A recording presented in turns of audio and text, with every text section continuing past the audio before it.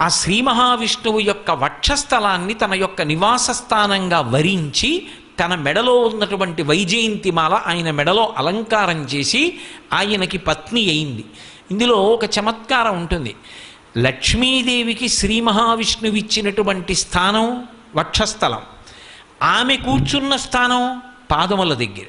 ఎప్పుడూ ఆయన పాద సంవాహనం చేస్తూ ఉంటుంది. లక్ష్మీ మహీత ధనురూప నిజానుభావ నీళాది దివ్య మహిషీకర పల్లవానాం ఆరుణ్య సంక్రమణత కిలసాంధ్ర రాగౌ శ్రీ వెంకటేశ చరణౌ శరణం ప్రపద్యే అంటూ ఉంటాం కదా ప్రపత్తిలో.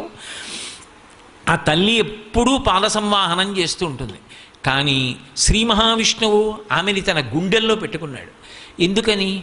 ఎక్కడ ఏ ఆడపిల్ల పుట్టినా ఆ ఆడపిల్లని కన్యాదానం చేసినప్పుడు లక్ష్మీ స్వరూపగా సంభావించి శ్రీమన్నారాయణుడికి ఇస్తున్నామని కన్యాదానం చేస్తాం.